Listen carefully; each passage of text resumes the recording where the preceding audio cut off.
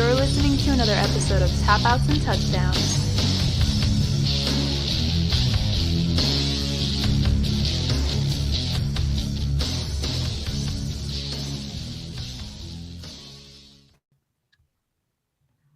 I don't know what's going on, Bill. There's some technical difficulties on the back end. It played the intro twice for some reason. That's this is going to be interesting trying to get this to stop over here.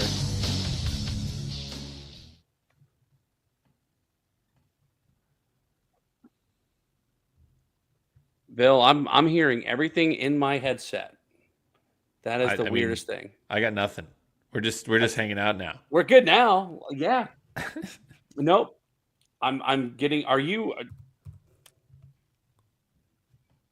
That's so weird. It's like I am hearing everything like it's playing through your headset, and it's coming back into your microphone and coming back into me like 10 seconds later. That's not good. No. Well, folks, we may have to end this stream and pick it back up. So no. Yeah, because I'm not gonna be able to do this at all. You can hear yourself after you talk. Like I'm hearing myself talk right now. Wait, do you hear me echo as well? Like if you hear me, just me. Oh, this is a first. This is an absolute first. I don't know where it came from. It might have been coming from Instagram. It might have been coming from the Instagram feed. Honestly. No, that's what it is. You've got something that's not muted on the other side. That's what it is. That was so weird. Well, this will be a fun 2-minute intro into the show for everybody not on my side of things. And I don't think I can go back to create live video on Instagram now. So we are live on Facebook. Oh, here it is. We are having trouble streaming to Instagram.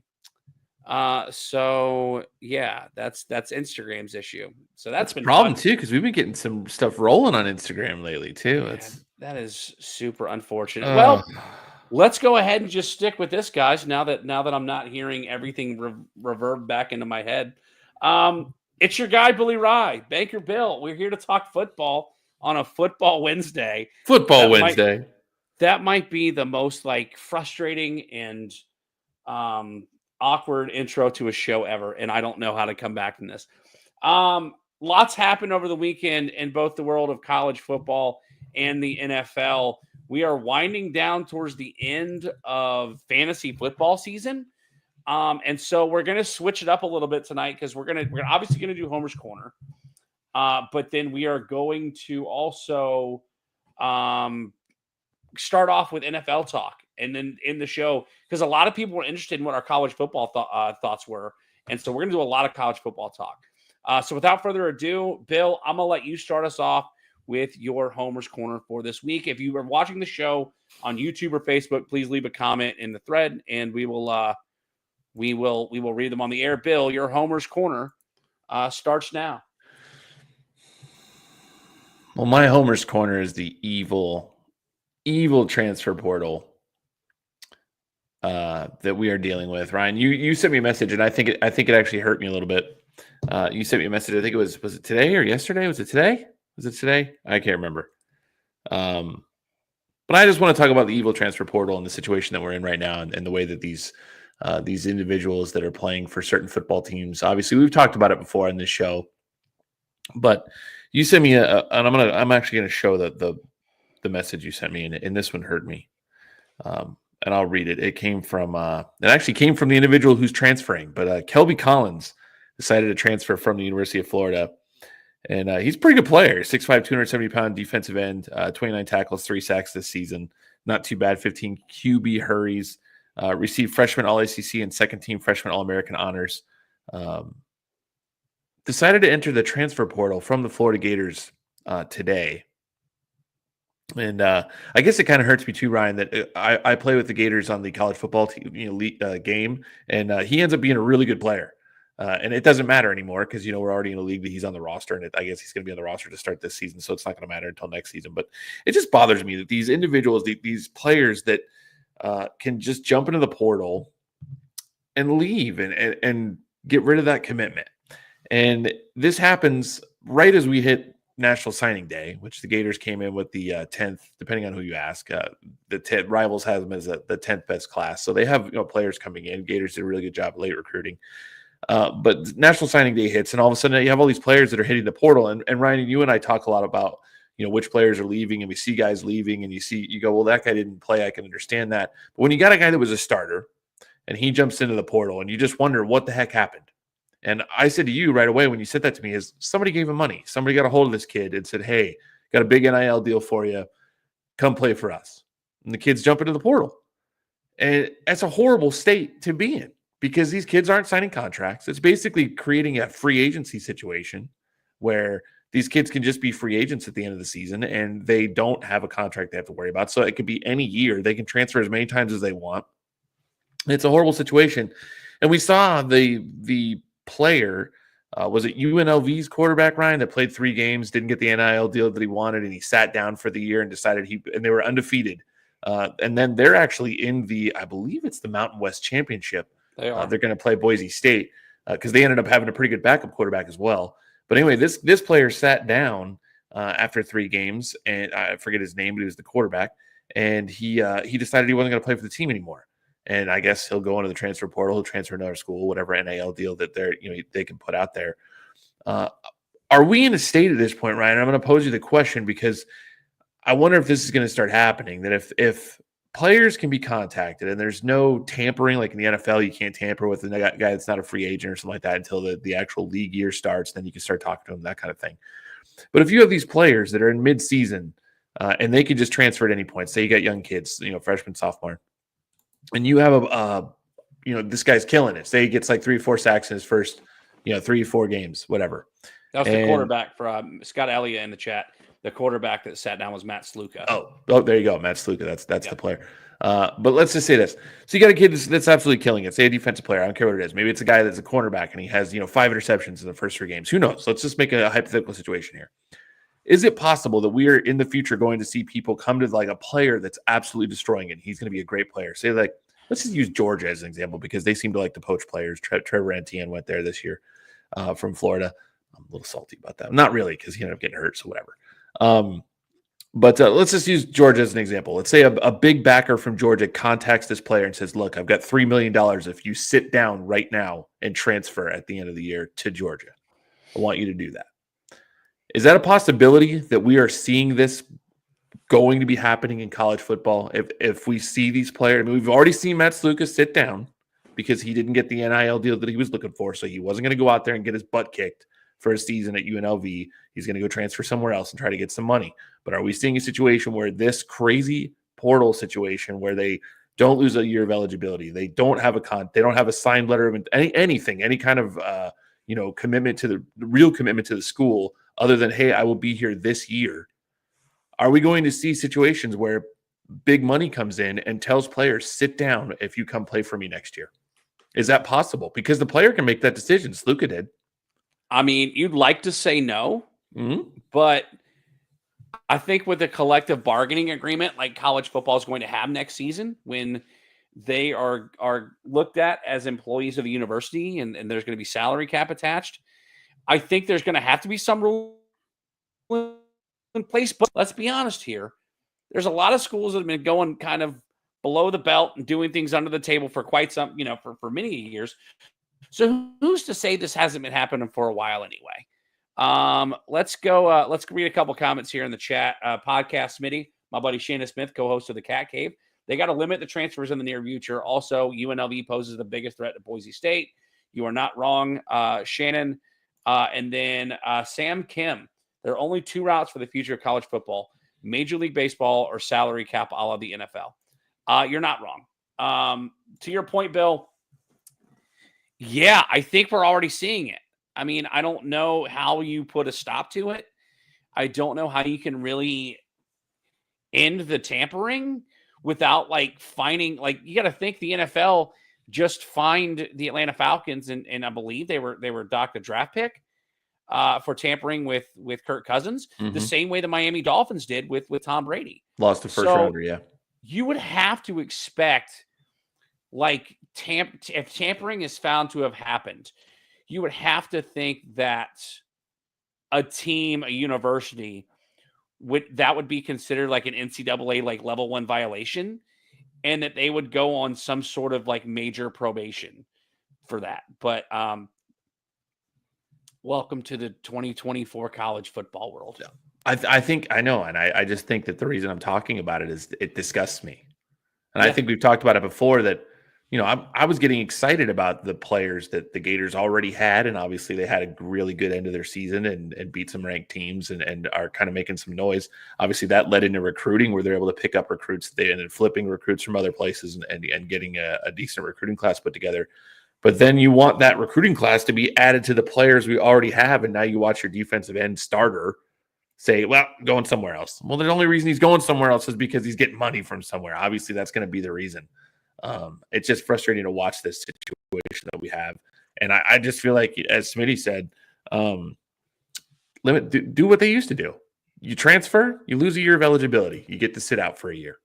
I think that's the only deterrent to stop it from happening. Why did we get rid of that? That makes because before it was one of those things where like there was no transfer portal per se. If you wanted to transfer, you had to get the approval of your head coach to transfer. And they wanted to eliminate that. And as Mama Frick is in the house, you have to allow some sort of like imagine if you're a senior year and you get hurt and you want to go play grad school somewhere. You don't want to have to go and transfer and lose that year of eligibility. But I want to say they've changed that rule where if you transfer a second time, you sit out a year. But we haven't seen that happen because, like, the one guy that did it was a quarterback by the name of Jacob Eason that I think played for 4 different colleges, and he never had to sit down a year. So I think there is a rule in place that the second time that you decide to transfer, you have to sit out a year. I don't think but there nobody's talked about it. I mean, we'd have to go up and look it up, but I think it's there.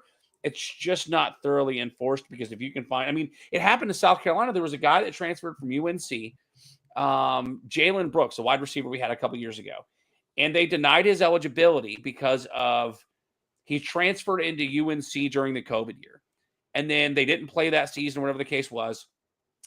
I think he transferred from a school that didn't have a football team, so then he transferred again, and then he tried to turn around and transfer to South Carolina. And because that was his second transfer, they wanted to make him sit out a year. But they were arguing that the COVID season is the reason why he transferred so that he could play. So in essence, he only really transferred once because he wouldn't have been able to play football at the first school that he went to. So COVID, and to podcast Smitty's point, COVID is why they stopped sitting out for a year. Some players didn't get to play their senior year because of COVID, and so that's part of it. Sam Kim back over on YouTube says Auburn apparently has the number 6 recruiting class. According to 24/7, why any kid wants to go to Auburn in 2024 is a mystery to me.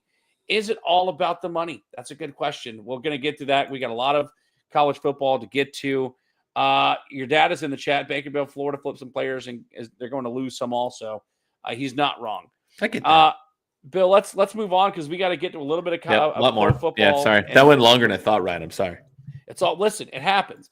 My Homer's Corner tonight is literally just going to brag about South Carolina football. The Gamecocks finished their season 9-3 after most experts and even Carolina fans predicted the Carolina Gamecocks to go 6-6, 5-7, 7-5 if they were lucky. And I told you preseason, Bill, you remember what I told you preseason what Carolina was going to do? Do you remember what I said? I think you said something stupid like the floor was 7 wins or something like that. That's exactly what I did. I said the floor is 7-5 because we had a really tough schedule, and the floor is 7-5.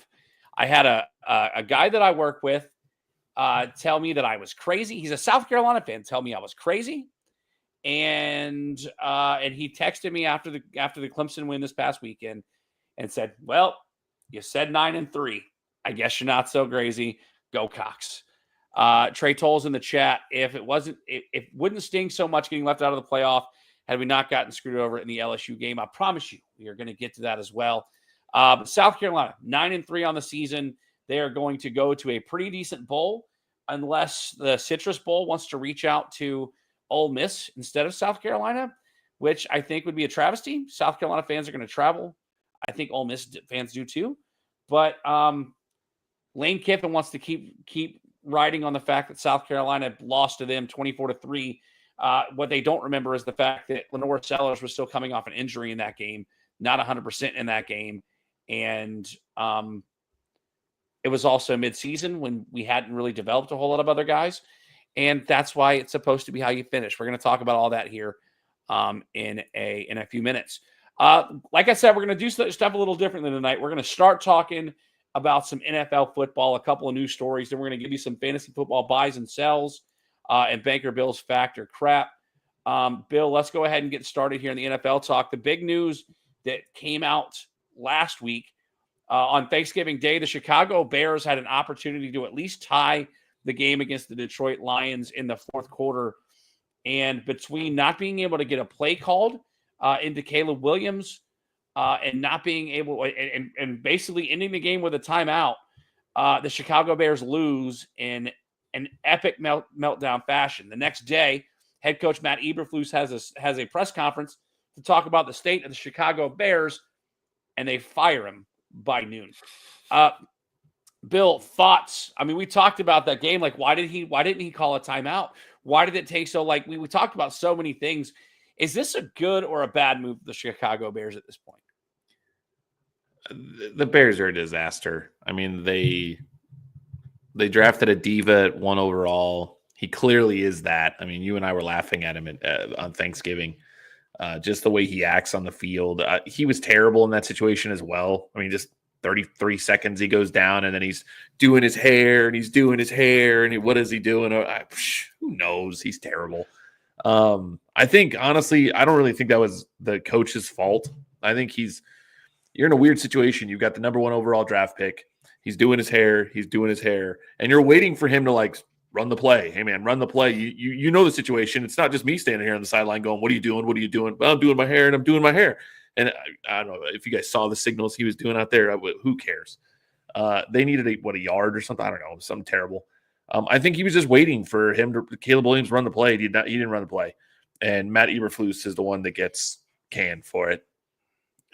Listen, the Bears have been bad for a while, and that starts from up here.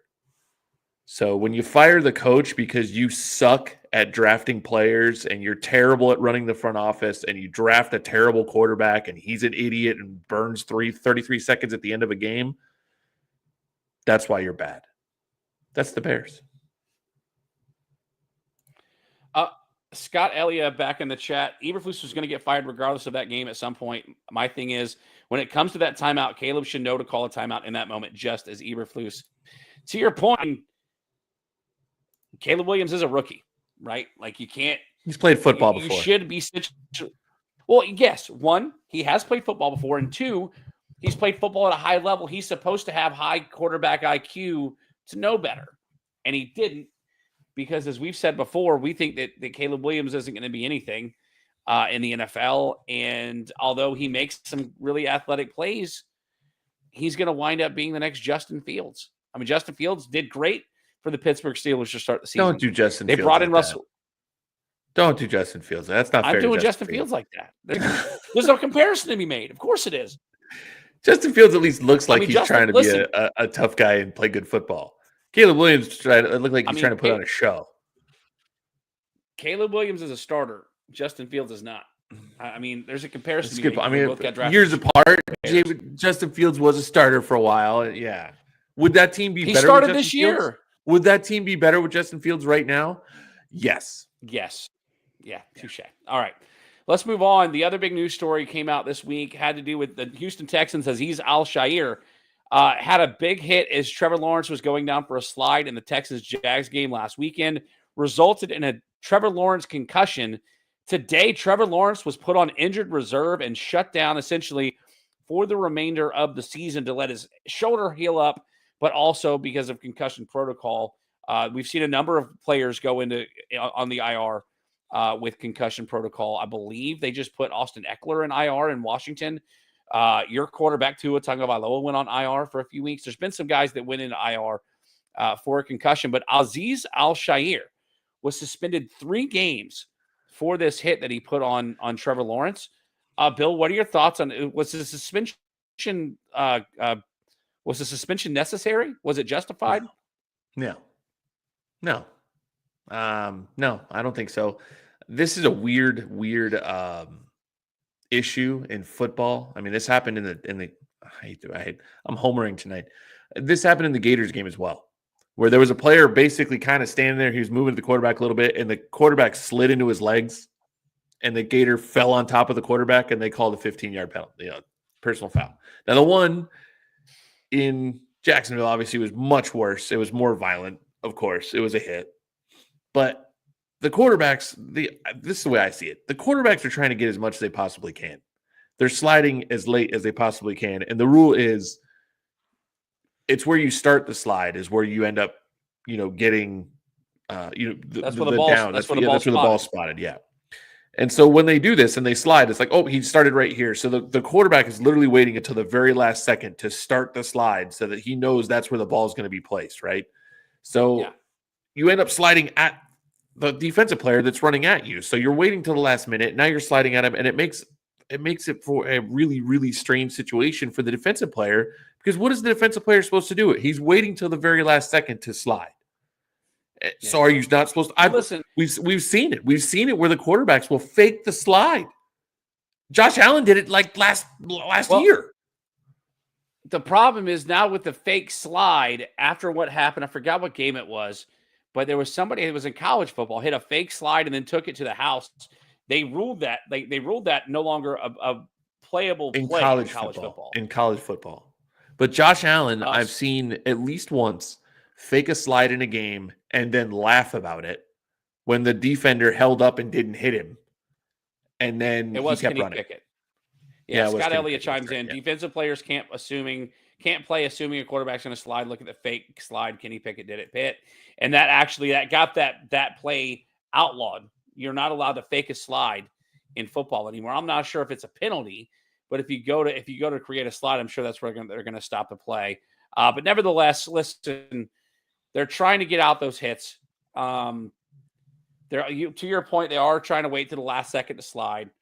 But at the end of the day, this is the new NFL. They're going to err on the side of caution. This has ended Trevor Lawrence's season. And so I think they were going to make an example. Al-Shaair was appealing it. We'll see what happens there. But I digress. Currently suspended for 3 games for the hit that resulted in the concussion of Trevor Lawrence.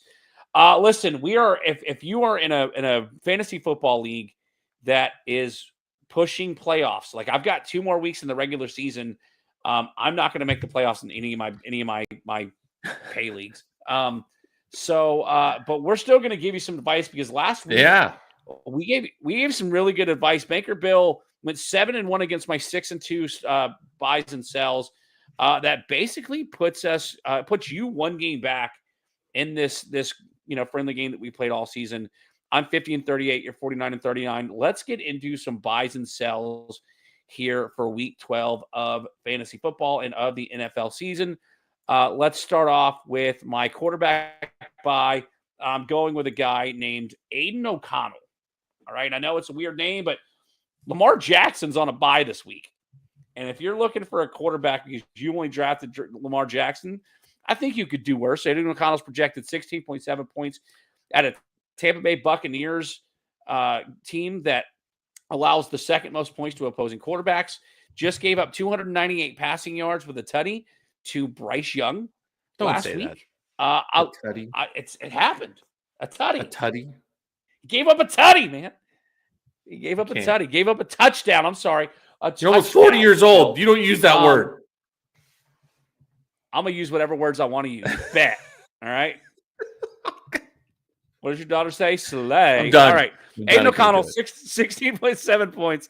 By factor crap more than he's going to exceed this point total. I mean, I can't believe you actually picked Aiden O'Connell. This guy's like crap warmed over on the field half the time. It's pretty bad. If you need a streaming option. I know. That's terrible. I got to sell on Aiden. I can't do it. I think he's terrible. All right, so Bill calls crap on He is crap warmed over. All right. Crap warmed over. It's Aiden O'Connell. All right, let's go to running back here. And this is a guy you've probably never heard of until this week, is a running back by the name of Isaac Guerendo. I'm hoping I'm pronouncing that right. Yeah, He is going to be your Guerendo. starting running back for the San Francisco 49ers. He has projected 12.8 points against the Chicago Bears, ranked 22nd against running backs in fantasy this week, this season. But again, Christian McCaffrey has been shut down for the year. Their backup, which I can't, Jordan Mason, has also been put on injured reserve. So this is a starting running back. If you didn't go out and at least try to get this guy this week, I don't know what you're doing playing fantasy football. I'm loving this play. He's coming under the radar, but everybody should know his name. Give me all of Isaac Guerendo. Bill, what say you? 12.8 factor crap. He exceeds that point total. I'm going to go with a fact on this one. The only time he's been a starter all season, he had 85 yards rushing and ended up well over 12.8. So we'll see what he can do. But yeah, he's playing against a mediocre team. Mediocre to bottom. This wide receiver This wide receiver that I'm buying this week, I absolutely love. The one league that I'm in like 7th place, I don't know how I didn't get this guy. And I think it's because I screwed up the priority waiver because I needed a defense and a kicker. And instead of putting this guy at my top waiver priority, I think I lost him. Noah Westbrook-Ikine. If you've never heard of this guy, he is, I guess, the number 2, co-number 1 wide receiver for the Tennessee Titans. He is projected 11.1 points going up against the Jacksonville Jaguars, who are going to be playing, why can't I say his name? The quarterback that played Mac Jones will be the starting quarterback in Jacksonville. Yeah. So you don't know how long they're going to be able to keep him on the field. Westbrook-Ikine, I believe, has exceeded this projection like 5 of the last 6 weeks or something like that. I could be wrong about that, but I know that he has caught a touchdown in like the last 7 games. Noah Westbrook-Ikine, I'm loving this 11.1 projection. Bill, what say you for the wide receiver from Tennessee? It's actually a touchdown in 7 of the last 8 games, which is a pretty incredible run, including 2 last week. I'm going to go with fact on this one. This guy scores a lot, and the only team that was able to hold him in check was the Chargers. Everybody else, he's been scoring. So I'm going to go with fact. Actually, what's weird, Ryan? He doesn't catch a ton of passes, but one of them's always in the end zone. Yep, that's it. I mean, listen, the Chargers have the number 1 scoring defense in the NFL. I actually just picked them up this week because somebody dropped them. So yeah, not a bad. Jacksonville does not. Jacksonville does not have the number 1 scoring. Does not. All right, let's go into my tight end that I'm buying this week, and I'm going Dallas Cowboys tight end Jake Ferguson. He has projected 10.9 points going up against a Bengals defense, giving up the second most of points to opposing tight ends. Listen, Jake Ferguson's sort of gotten forgotten about this year in fantasy football. Again, if you've had Mark Andrews, if you had I can't think of the guy who killed it for the first couple of weeks in Baltimore. If you need a streaming tight end option and Jake Ferguson's available, I think you could do worse. Bill, what say you? Factor crap exceeding 10.9 fantasy points for Jake Ferguson. Right, he's still questionable. So I'm going to say crap on this one because they're not sure if he's going to play this week. He'll play. And even if he did, I'd still say crap. All right, fair enough. All right, let's go into my sells for this week. Let's start off at quarterback Jameis Winston. Listen, I'm going to tell a story real quick, and I'm going to try to make it as quick as I can. I was playing in my work fantasy league this week, and I was playing against the Broncos defense, and I had Denver's kicker.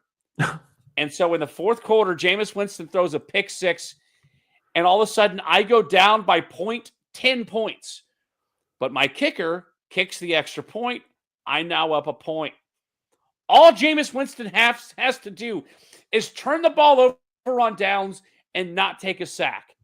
And instead, he throws an interception, and I lose that fantasy game. And for all intents and purposes, I lost my spot in the playoffs in my work league. Jameis Winston is projected 18 points against the Pittsburgh Steelers team, giving up the fewest points to opposing quarterbacks. Jameis Winston can go buy some more crab legs with the money that he's making for the Cleveland Browns.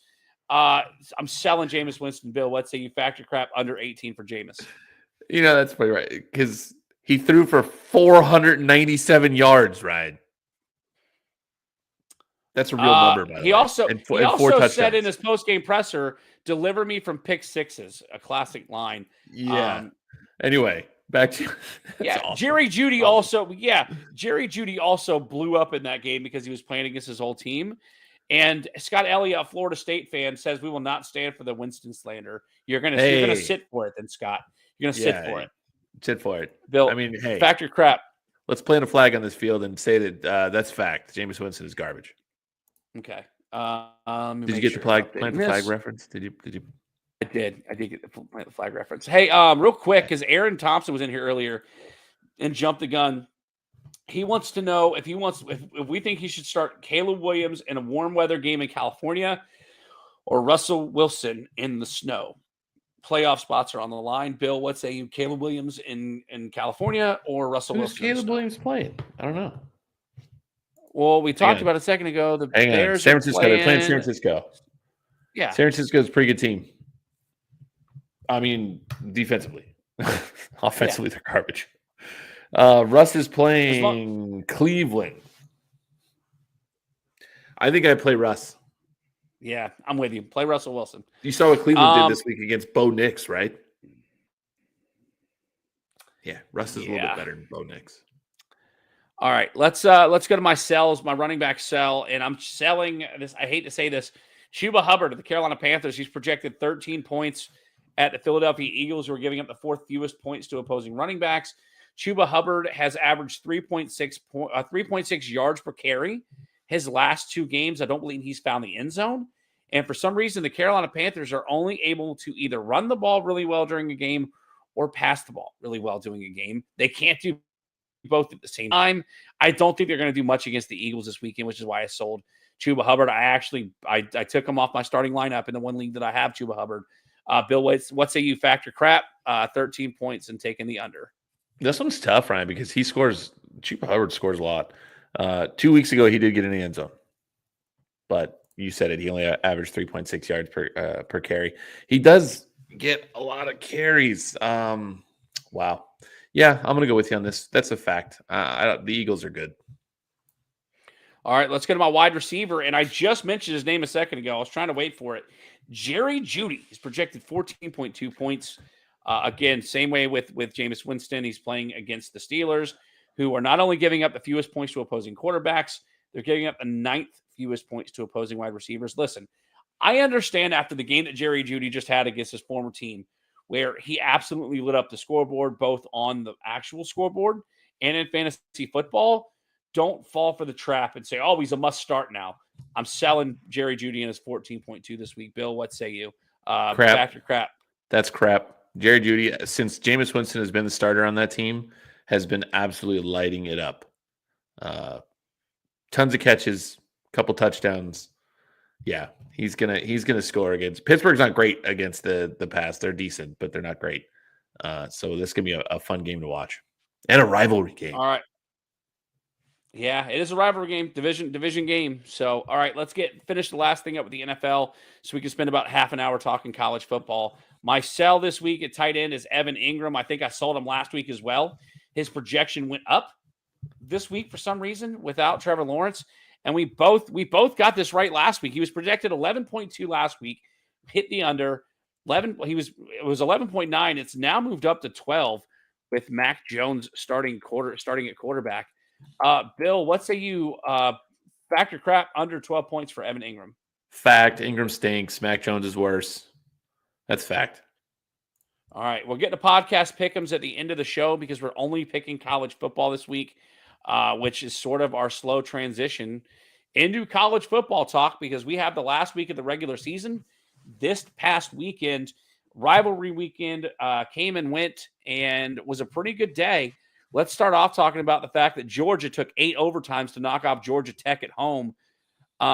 Bill, we also talked about this off the air, that the hit that caused the fumble in the fourth quarter, where a Georgia defender lowered his helmet and led with the crown of his helmet to hit a quarterback that caused the fumble and would eventually lead to the game-tying touchdown for the Georgia Bulldogs.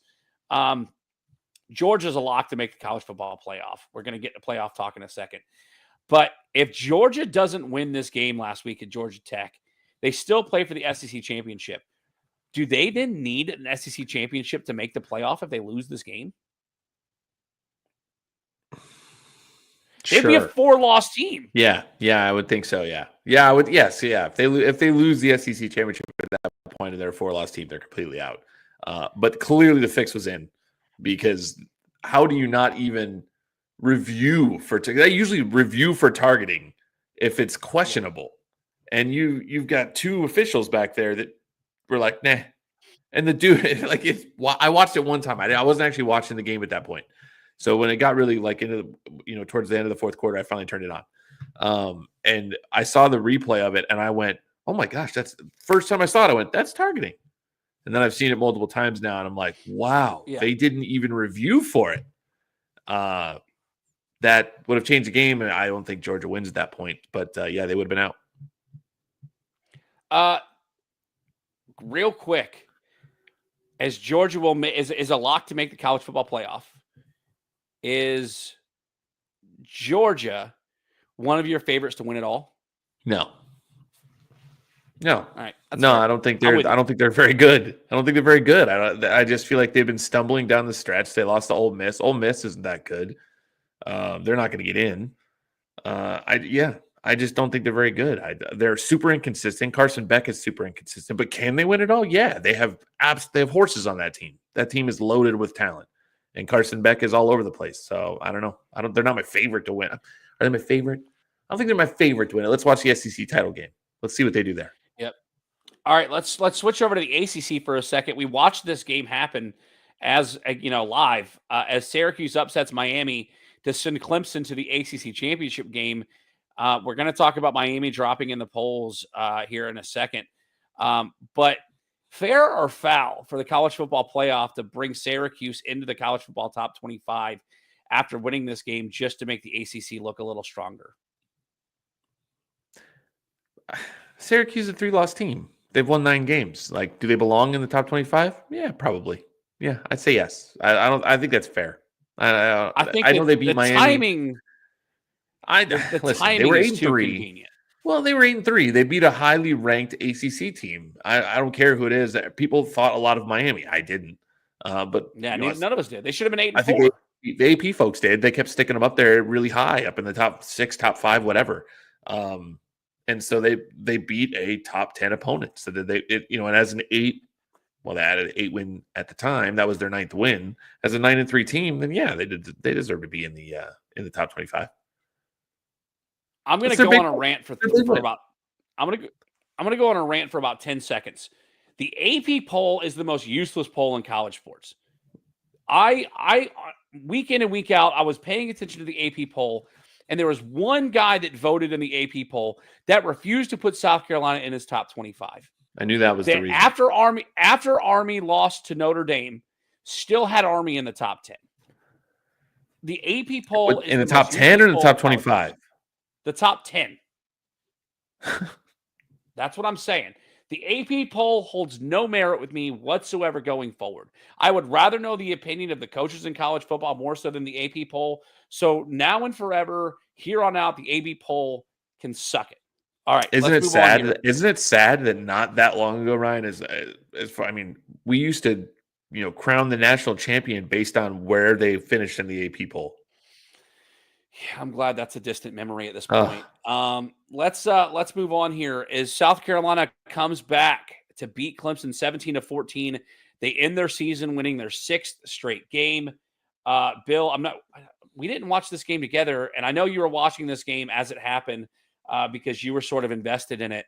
The game didn't look good at times, but Lenora Sellers. I told you preseason that I really like what this kid might turn into, and I think he's starting to make a believer out of you. Am right or wrong? I watched him in the LSU game, and I became a believer. And I've told you multiple times he has to be a better passer. His timing needs to get right in some of the passing, routes and things like that. He doesn't really throw the ball with timing very often. But as an athlete and honestly, like as a running quarterback, he's fantastic. I mean, in the LSU game, he was unbelievable. He's super fast. And he had a run against Clemson that we talked about it afterwards because we saw each other Saturday night. He had a run against Clemson where he just decided, I'm going to run through some dudes. And he did. And I was like, he's going to fumble. He's going to fumble. This is what happens when quarterbacks do this. They fumble. And he didn't fumble and ended up picking up like an extra 10, 15 yards. Dude's a monster. He's a beast. He needs to learn how to pass a little bit better. But yeah, I'm a believer. I think he's fantastic. 164 passing yards, 166 rushing yards against Clemson. They did not have an answer for him. He had a big run on the second play of the game, but he would fumble on that drive. South Carolina, I think, lost the turnover battle in this game and still found a way to win. As in like 3 plays, Clemson marched it down the field, and bad decision by Cade Klubnik throws an interception to a super senior Demetrius Knight. Who that was tipped though? Wasn't that a tipped ball? It was. Yeah, he threw it behind and a great interception by the Phil way. Maffa. It was a phenomenal interception. Threw it behind Phil Maffa when apparently after the game we found out he was told to either throw it if he couldn't find the end zone, throw it out the back of the end zone. He tried to dump it off to Phil Maffa. Maffa tips it up with one hand. It falls into the hands. I say it falls into the hands. Demetrius Knight had to jump and catch the ball and keep it off the ground to make the interception. Scott Elliott says, I'm not sure if you saw this a second ago, college football needs to just get rid of rankings entirely. It overinflates the perception of teams. Listen, to that point, I like the rank. I know you hate the AP, but I like the rankings. I think they need to wait until halfway through the season. Like the college football playoff doesn't have a ranking until like week 7 or 8. I think the rest of the polls shouldn't come out until, and that goes for all college sports. That goes for college baseball, college basketball, women's college basketball. I think they should wait until like halfway through the seasons before they release polls. Disagree. Because that's where you can really see the eye test. Disagree. Because I think it's fun, even at the beginning of the season, when you see like 2 versus 3, highly ranked teams. They're making predictions basically, but at the same time, it's fun to watch those matchups even early in the season if they're highly ranked teams. So, I mean, I think it was Michigan that was pretty highly ranked early. We saw them get beat, and you're like, oh. Or like Clemson that played Georgia. And we're like, a good matchup, and it was an absolute beatdown. But still, fun to like get excited about. They're trying to sell ads. Of course. They're trying to sell TV shows. But it makes it fun. You get excited about it. Yeah. All right, let's move on here. We just talked about Michigan.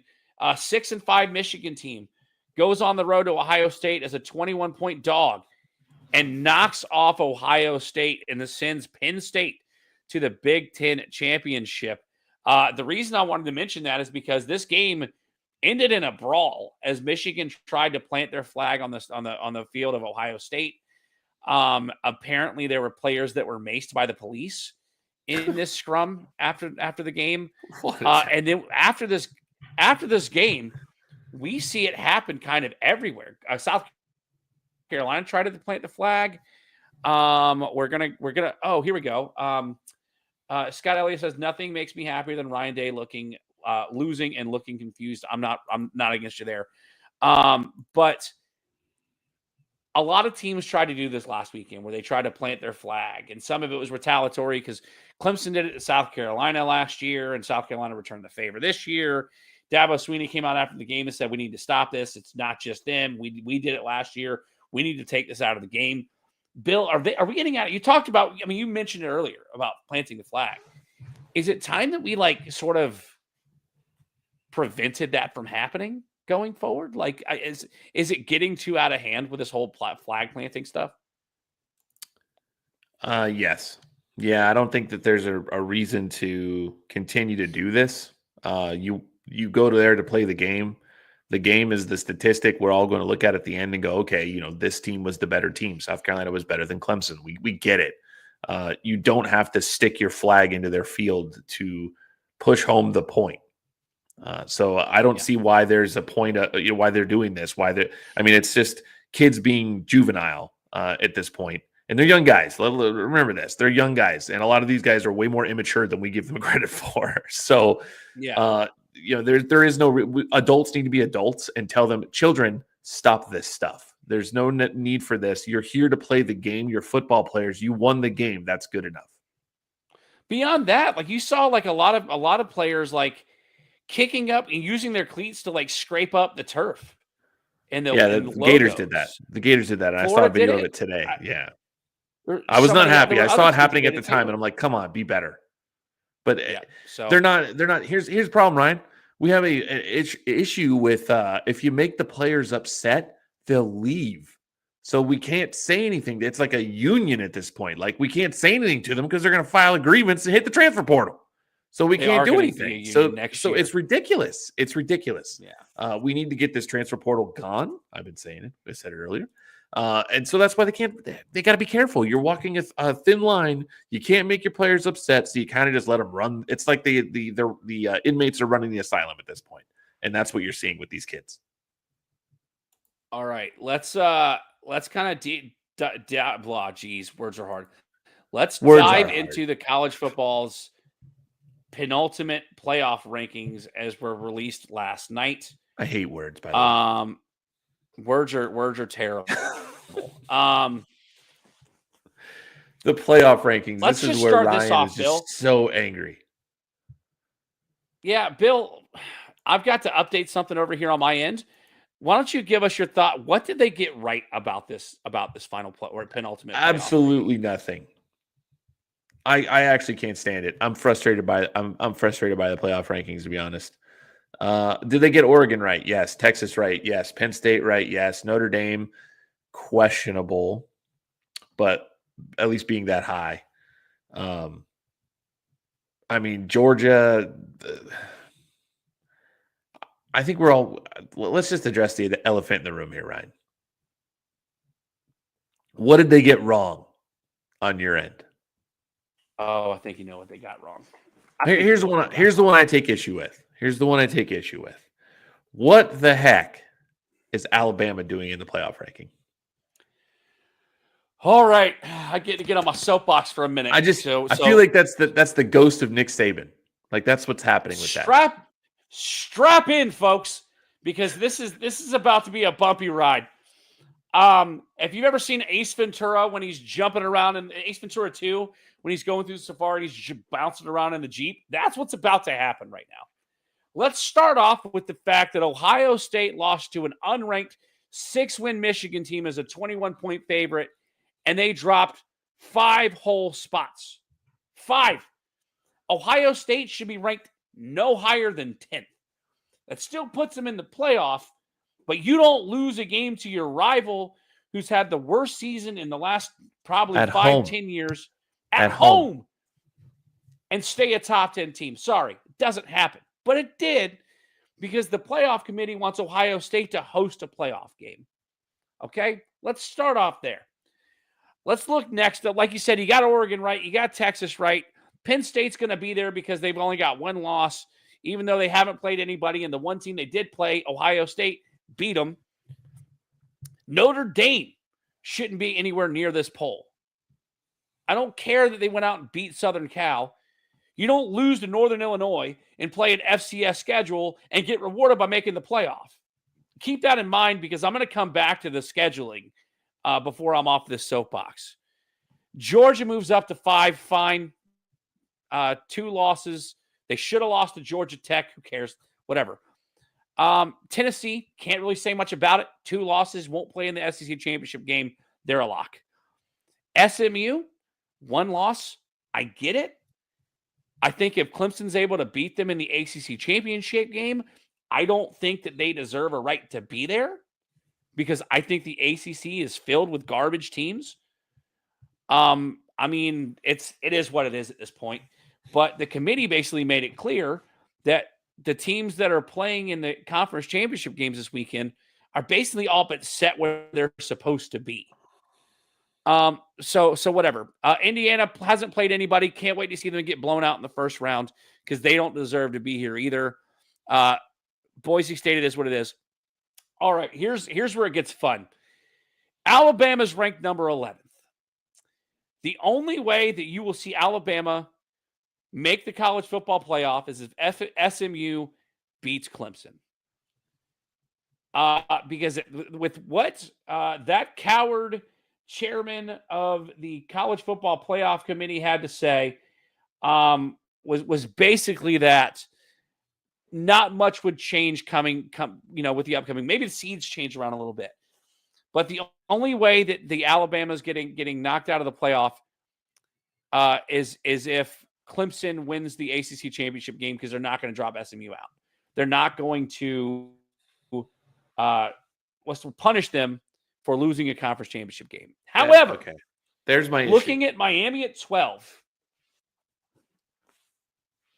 Go ahead. I've been on my soapbox. issue. I'll take a step back. No, go ahead. My issue is this is my issue. I don't understand why the chairman of the College Football Playoff Committee is saying that the conference championship games don't really mean anything. They've said that the teams that are already in the ranking right now that aren't playing in conference championship games, they're staying where they are. The only thing that's going to change is who gets in and who gets eliminated based on which team wins the conference championship game. So what I don't understand Iowa is State, Arizona State is an elimination game. Exactly. But other than that, they don't matter. SMU, even if they lose, they're not out. Why? You don't play anybody all year long. You're SMU. You're not. You're playing the ACC. The ACC we will admit is garbage, unless you want to actually act like they have some sort of value leaving Miami in the top 12. Are you kidding? That makes no sense. But why all year long we play all these games, and every time we play a game, certain games mean, hey, you're eliminated. You didn't play well against this team. Ohio State lost to Michigan this week, and you said it. They stayed the top 6. So there's a full bias here that the conference championship games don't matter because the ones that are important, the games that are important, have already been played. We don't care who. I told you this. The Ohio State, no matter what they did against Michigan, no matter what, they're locked. They're locked. Now they're not in the Big Ten title game. Yep. This is complete. They're making it a farce, Ryan. Is what they're doing. It's a joke, and I don't think a whole lot of people are agreeing with what they're seeing with this committee. I don't think the AP is agreeing with what they're saying with the committee. It's a joke. Like, at least you say the AP, they at least dropped Ohio State to 7. I mean, it's a joke. It's a joke. I'm gonna double down here for a second because Miami drops all the way to 12, essentially eliminating them out of the playoff because they're not going to be playing in the ACC championship game. But why does that matter? Who's outside looking at the Arizona game? Arizona State game? Arizona State, Iowa State, and then UNLV, Boise State. Those are your Boise 2 State's games already that are going to make. No, they're not. If Boise State loses the Mountain West, no. What I'm saying is they're already in the top 12 of the rankings, so there's nobody's going to be dropping out if Boise. So at that point, somebody else is going to move into that spot. Boise State loses their spot to UNLV if UNLV wins the Mountain West. Right. So again, but the point that Miami should not be ahead of teams like Ole Miss and South Carolina, that's my frustration, because Miami didn't beat a single team worth the crap all season. They should have lost to Virginia Tech. They should have lost to Louisville. I've come on this show multiple times and talked about the fact that officiating screwed South Carolina out of the LSU game, and officiating screwed Miami into the top 10 most of the year. They screwed Virginia Tech and they screwed Louisville. So I don't know why Miami's ranked there. Let's go to Ole Miss. I'd prefer you look at this more objectively and not from a South Carolina fans, because I know you're upset that your team didn't get in. As a Gators fan, I'm looking at it as like, we're looking at the whole situation instead of just, I want my South Carolina team to get in. No, the thing is, that's objectively, that's the way it is. Like, here's the thing. I told you weren't not getting in, and you want to know why? Because you got blown out by Ole Miss. That was regardless of what happened with LSU. If you gave me a blank second, I was getting there. So Ole Miss is ranked ahead of South Carolina. I get why they did it. Because South Carolina went and laid an egg against Ole Miss. However, South Carolina lost Lenore Sanders in the second half of the LSU game. There were 3 brutal calls in that game that were bogus calls that deliberately impacted the outcome of that game. They altered the outcome of that game against South Carolina and LSU. Podcast Mini says BCS 2.0. Your dad says kind of does feel like that. Miami fell from 4 to 13 after their loss. And then Scott Elliott, coincidentally, not in the college football rankings, Dad, but they're 12 in the college football playoff rankings.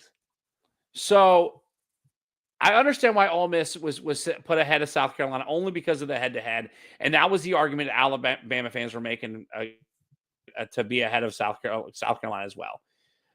Here's what irritates me more than anything else, and part of it's being a South Carolina fan, but part of it is the hypocrisy of the College Football Playoff Committee. Last year, Jordan Travis got hurt. They somehow still won the ACC championship game 13-0. And you and I sat at a bar watching this game happen as they knocked off Virginia Tech to win the ACC. And I looked at you and I said, I don't care what happens. That's not one of the 4 best teams in college football. They're going to get left out tomorrow. Yeah. And the college football committee left out Florida State. Now they put in Alabama because Alabama had just knocked off Georgia to win the SEC championship game. And for all intents and purposes, Georgia was probably the best team in the country that last year and did not make the playoff. The message that the college football playoff committee sent was, 1, that they take injuries into consideration, and 2, it doesn't matter what your record is, they are going to put the best teams into the college football playoff. In my opinion, that did not happen this year. You can go back and say that, yeah, Alabama beat South Carolina head-to-head, but Alabama also got blown out 2 weeks ago by Oklahoma. Right. Alabama regressed as the season went along. They aren't one of the best 12 teams in college football. See, and I think that's the issue is I think if you go down, you're talking about hypocrisy. I think if you go down the list and you look at the teams that they are saying are going to get in, are they finishing the season well? Are they playing well right now? Not necessarily. I mean, you're talking about, like if you look at each criteria for each team, are they using the same criteria for every single team? Like Ohio State obviously is not finishing the season well. They just lost to Michigan, who is a bad football team, to be honest, right? I mean, we're talking about that. You can beat Indiana and play a 1-10 Purdue team and blow them out by 66. They finished the season well. Right. Like, so that's my point. Like, so if you look at, like, they set up a precedent where injuries matter and they want the best teams in. If you look from South Carolina's perspective, the LSU game, Lenore Sellers got hurt. And if they really want to take a deeper look in that game should have been, that game was won by South Carolina and taken away by officiating. The only people that have disagreed with that point are LSU fans and now Ole Miss fans, because Ole Miss wants to argue why they belong ahead of us. When you talk about as teams regress down the stretch, Ole Miss lost to a 4-win Kentucky team, a same team that South Carolina, with Lenore Sellers making his second career start, his first career SEC road start, and blew out Kentucky at home. That Ole Miss team lost to that Kentucky. Ole Miss also, I can't remember the other team they lost to was 6-6. Oh, Florida.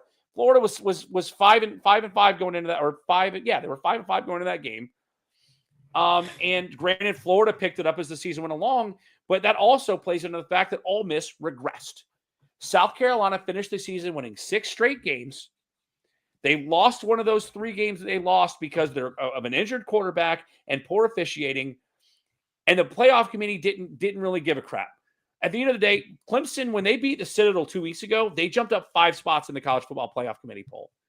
When Louisville beat Clemson early in the season, Louisville jumped from unranked to 18th in the country. South Carolina, when they beat Clemson, the same team that jumped up 5 spots after beating the Citadel, moved up 1 spot. We thought as South Carolina fans, we'd have a shot if Clemson comes and wins the ACC. In theory, we're the only team left. If Texas wins the SEC, we're the only team left that will have a win that's on the bubble that will have a win against the conference champion. And it doesn't matter because the playoff committee wanted Alabama to be in there. The college football committee wants the teams who they want in to be in. And so at the end of the day, it doesn't matter who you are. If you switch the resume, if South Carolina beat Alabama by 2 and Alabama won 6 straight to finish the season, and they finished 9-3. South Carolina finishes 4-2 down the stretch, finishes 9-3. Alabama's still getting in the playoff. It's the logo on their jersey. It's frustrating because the hypocrisy of it all is the fact that they're telling you that the best teams are going to get in and the best teams aren't getting in. I don't know how else to put it, Bill. Like it's frustrating because eventually, like, what's going to be watched? Like Indiana's going to get blown out by whoever they have to play in the first round. Notre Dame. Yeah. You look at the teams. I don't disagree with you. I don't disagree with you. Do I think South Carolina beats Indiana on any given day? I think that's a good game. I'm not sure what they expect from Indiana. They completely blow out inferior teams, and then they played Ohio State and got smoked. So I don't know what they're going to be going into the playoffs. I want to believe that they just had a bad day. That's what I'm hoping for. The fact that they, like you said, they played an FCS schedule. They played the bottom half of the Big Ten in their entire conference schedule, except for Ohio State, and that's how they've gotten to where they're at. And the bottom half of the Big Ten is poor. I had the team that I disagree with is Alabama. I disagree with Alabama being in the playoff. I don't agree that they should be in. I think the Oklahoma loss showed that they are not ready to be in the playoff. Obviously, they lost to Tennessee and they lost to Vanderbilt. That's fine. The Vanderbilt's a shot. The Vanderbilt's a shot. 6-16. I don't care who you are. If you lose to Vanderbilt, you have no business being in the playoff. No, I disagree. Vanderbilt had a good season. They had a good season. They went 6-6. I know that's a good Vanderbilt season. You're right. That's not a good loss. I'm not saying it's a good loss. I'm just saying that every team has a bad day. You lost to LSU. They're terrible. 7-5. 8-4. They got a better record than 10. I thought they went 7-5. I thought LSU went had 7-5. They went 8-4. Okay. They beat Oklahoma at the end of the year. That's true. The Oklahoma loss is what kills me for Alabama. I think that should have been an elimination game for them. That's terrible. It's a terrible loss. I know we're going late. I wish that thought could come back to me because there's another point that I wanted to make about. I love your Notre Dame take. Their FCS schedule, that makes me laugh because their two best teams they played were Army and Navy. The service academies were their best wins. Yeah. They're fourth. They're fourth. The fact that these marks on social media will come out and say Notre Dame could play with anybody. Like, really? Because you didn't play with anybody this year. Yeah. Well, it's not our fault. Florida State was supposed to be good. Like, you don't bank on anybody being good. No. You join a conference, play in a conference championship game. Yeah, and then like I said, the Georgia Tech game, I don't think Georgia should have won that game. That's the problem is we're looking at this officiating and it's making such a difference on these calls. I told you 4 weeks ago that the call in that pick six in the LSU game was going to cost you the playoffs. Yeah, you did, and I was right because you kept winning. South Carolina. That's the point, though. I was willing to bet right there that South Carolina was going to win out. That's how good they are. They're a good team, and they did. And that's why they should. Honestly, I believe that South Carolina should be in the playoff. I would put them in over Alabama. I'd put them in over Miami. Yeah, I mean, I think Ole Miss has I'd say Ole Miss has a better argument for it. But then again, they lost to a 4-win Kentucky team. Like I don't get it. I don't understand how the playoff committee can in one year say that we want the best teams in, and then the next year say, well, it's not about when you win, it's about who you beat. And it's like the argument they made for Alabama is that they're 3-1 against teams who are currently ranked, and Miami is like 1-2 or something like that. That's why they put Syracuse in the top 25 was to show that Miami had a losing record to justify why Miami isn't sitting at 11 right now. And I don't think Miami deserves a spot. But it's wild. That at Alabama game irritates me. The Gamecocks game at Alabama. What was the line on that game? You know what? I might have it in the podcast pick'ems. I wonder if I can find it. You keep ranting, and I'm going to find it. Yeah, because we didn't pick them the week that we played. It's a broken system. In 2 years, they're going to expand it to 16 teams, and we're probably going to be having the same conversation. You know what? I'm not sure. If you look at the playoff rankings, the issue is right at 12. There's a group of teams, but there's bad teams down the bottom. You're not looking to get those teams in, so you're just going, whatever. I mean, you probably will. There will be people that get robbed. The Gamecocks are going to finish 17th, and you're going to be like, "That's BS." No, Alabama. There was some moron that said that he had an argument as to why BYU should be added as the at-large bid. I don't understand. There was a time I thought BYU was a good team. I don't anymore. Yeah, and then they lost like 2 or 3 games. Yeah, I don't anymore. They were undefeated and lost like 3 straight. South Carolina was 3-3 and won 6 straight. I don't. Yeah, if you look at Alabama, not to interrupt you, you're good. Alabama was a 21-point favorite against South Carolina, and they beat us by 2. The over/under was 51.5. They hit the under. So you played better defense than everybody expected. You scored more points than everybody expected. And, you weren't supposed to compete in that game. And you did. And now they still think they're better than you. Even though they were at home. You talked about you talked about the championship games not mattering, and you're not wrong. At this point, do away with conference championship games. Yeah, that's ridiculous. If you're going to act like that's not a bit, they're literally like playing games. Like the only thing that matters is whether or not you win the title. It's your seeding. Like that makes no sense. The other thing is about the conference championship games is we look at teams who they played. We talk about it all the time. They lost to a 4-loss team. They lost to a 5-loss or whatever. These conference championship games, they don't matter. So you're looking at, so let's use South Carolina as an example. Clemson wins the ACC. Right? They're the ACC champion. They're the best team in the ACC. They're playing SMU. I don't think we're going to argue those are the two best teams in the ACC right now. Miami stinks. They got lost to Syracuse. You're done. We're done with that.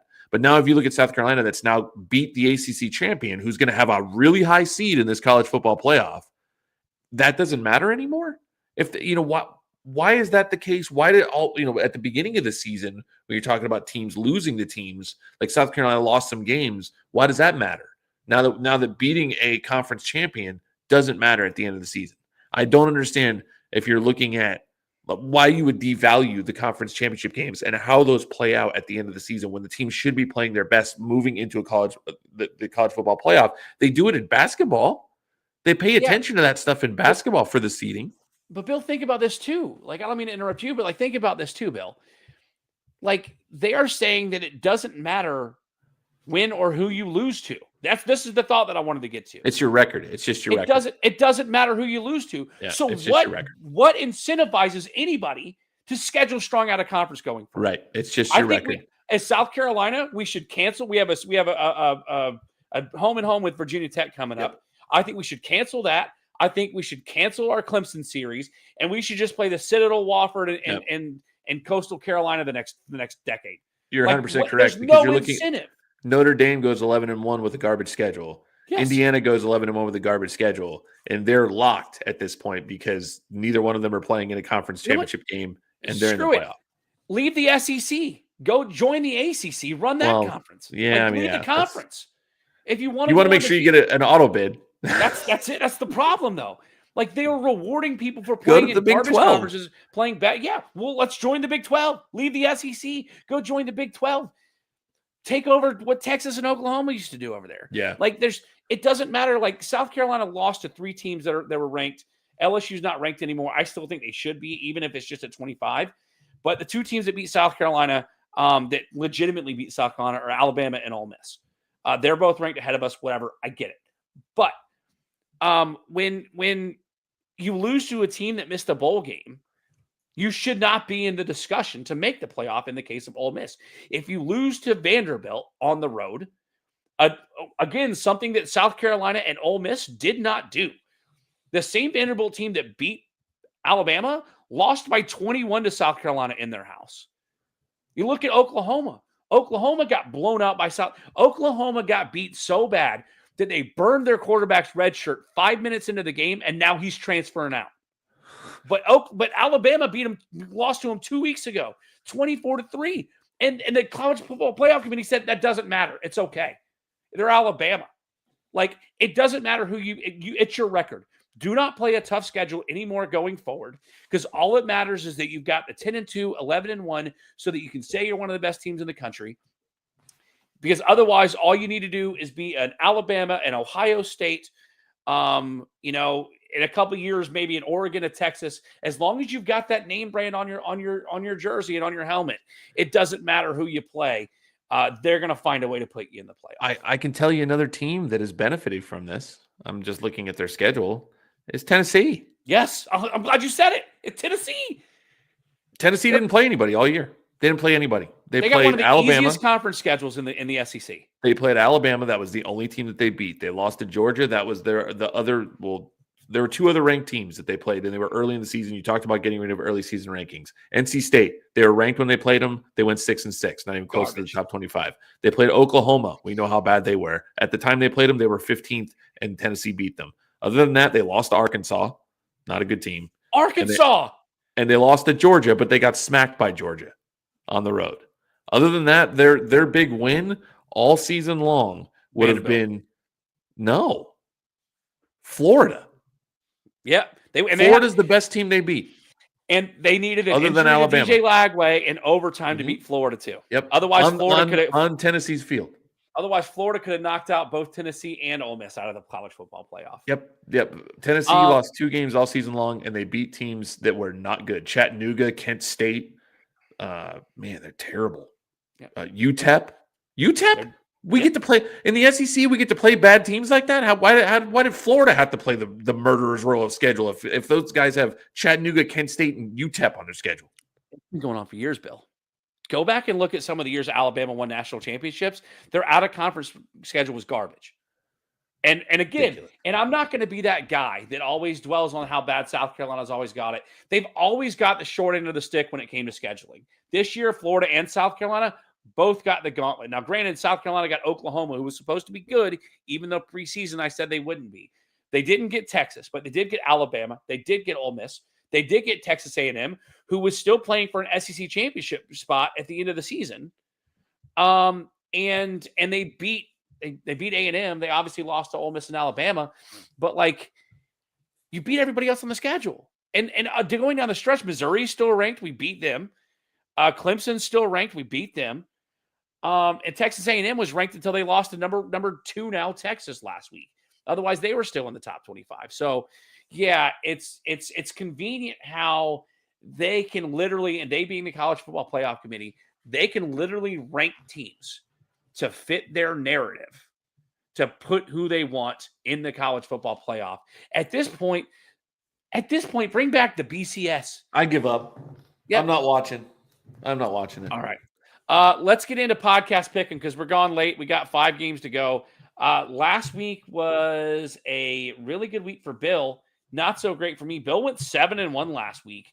I went 5-3. That puts us on the season. Bill has now taken a lead over me in the standings at 34-29. I'm 32-30 on the season. And this week we're picking the conference championship games in the world of college football. And I'm going in the order of the game in which the games are going to be played.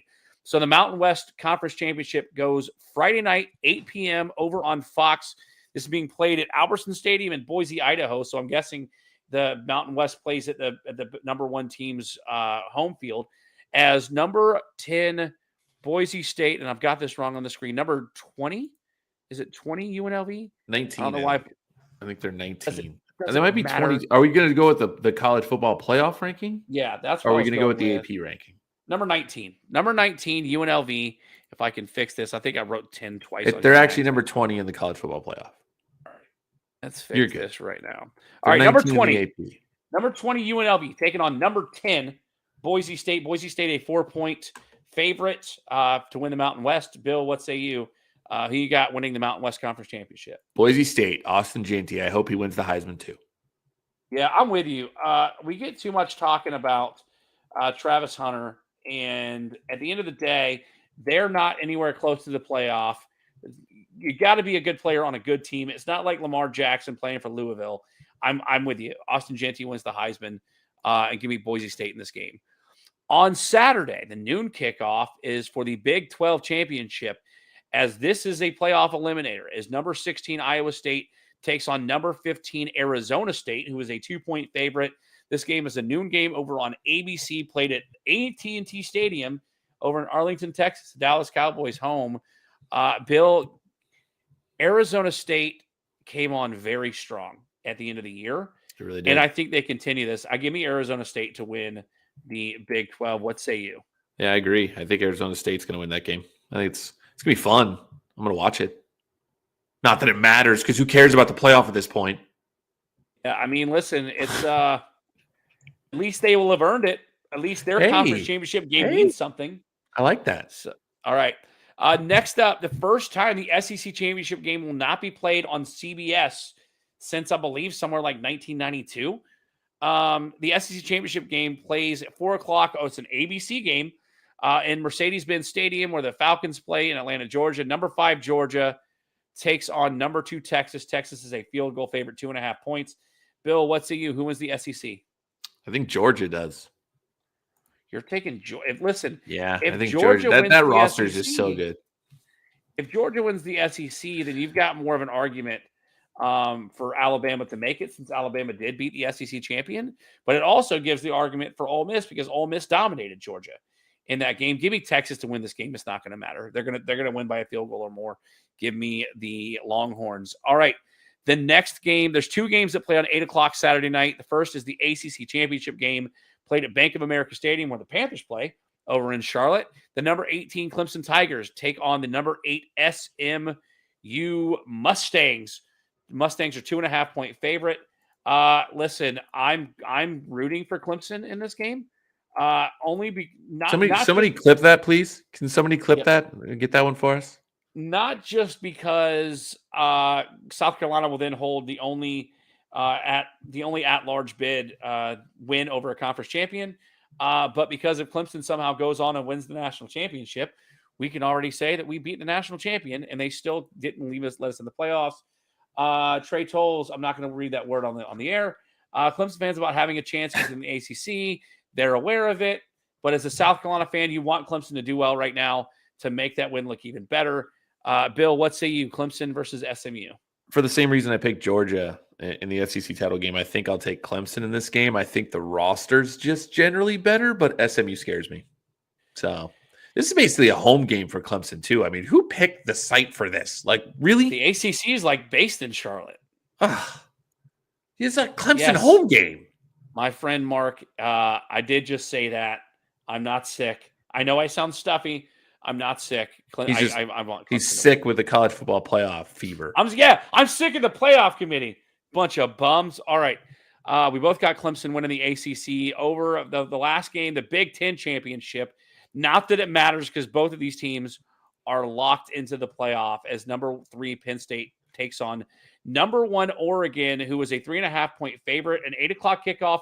This is now the CBS game. The Big Ten signed the contract with CBS after the SEC signed with ESPN. And this game, the Big Ten championship, is being played at Lucas Oil Stadium in Indianapolis, Indiana, the home of the Indianapolis Colts. Bill, who wins the Big Ten? I would make the argument that when Oregon beats Penn State in the Big Ten title game and beats them soundly, and I hope this happens, that Penn State should not be in the college football playoff. You cannot play as crappy of a schedule as they played all season and get into the playoff with 2 losses. You have to play ranked teams, Penn State. You can't get in without playing ranked teams. Yeah, I'm with Notre Dame played a harder schedule. I wouldn't agree with that. I wouldn't agree with that at all. They played more ranked teams? Yeah, but what, 1 or 2? Like, come on. Penn State played 2 ranked teams all year. They lost to 1. And they went 1-1. Who was the other one that they played? Indiana? No, Illinois. Illinois. The Fighting Illini. They're terrifying. They barely beat Rutgers and should have lost to them on Rutgers Field. Yeah. Listen, I'm taking Oregon as well. Listen, I'm not disagreeing with you. I think that the Big Ten should only have 2 teams, and being, well, at this point, maybe only 2, maybe 3, because I think if you give Penn State playing in the championship game, you give them a lock, then Ohio State makes 3. Like that's about it. But otherwise, it's Oregon and Ohio State, and I don't think Ohio State deserves it after losing to Michigan. It's all convoluted and garbage, and that's why they play the games. Penn State beat Minnesota by a point 2 weeks ago. Oh, I know. I know. I listen. I'm not disagreeing with you. Your dad says you tell him, Bill. I'm not disagreeing with you. I don't like Penn State either. I think they played a weak schedule, a la Notre Dame, a la the rest of the Big Ten. It is garbage. What it is. Yep. All right. I said a month ago that Penn State was not a threat to win the national title, and they still aren't when they get eliminated in the first round. I'm with you. And somebody's going to have to go to Happy Valley to do it, because even when they lose the Big Ten championship game, that's true. They're still going to be ranked high enough to where they're going to host a game. Arizona State. Big Ten. It's going to be the Big Ten SEC Challenge in the first round. Notre Dame is, and out of the ACC, is probably going to host Tennessee. You're going to get Georgia, who loses the SEC championship game. They're probably going to go play Ohio State. Then you've got Texas, and then Alabama. Alabama's probably going to go on the road and play somebody like Indiana and beat Indiana. Yeah. All right, Bill. The only thing I've got for overtime this week, if you are in the Monroe, North Carolina area, I will be performing / competing in a stand-up comedy competition Friday night at 9 p.m.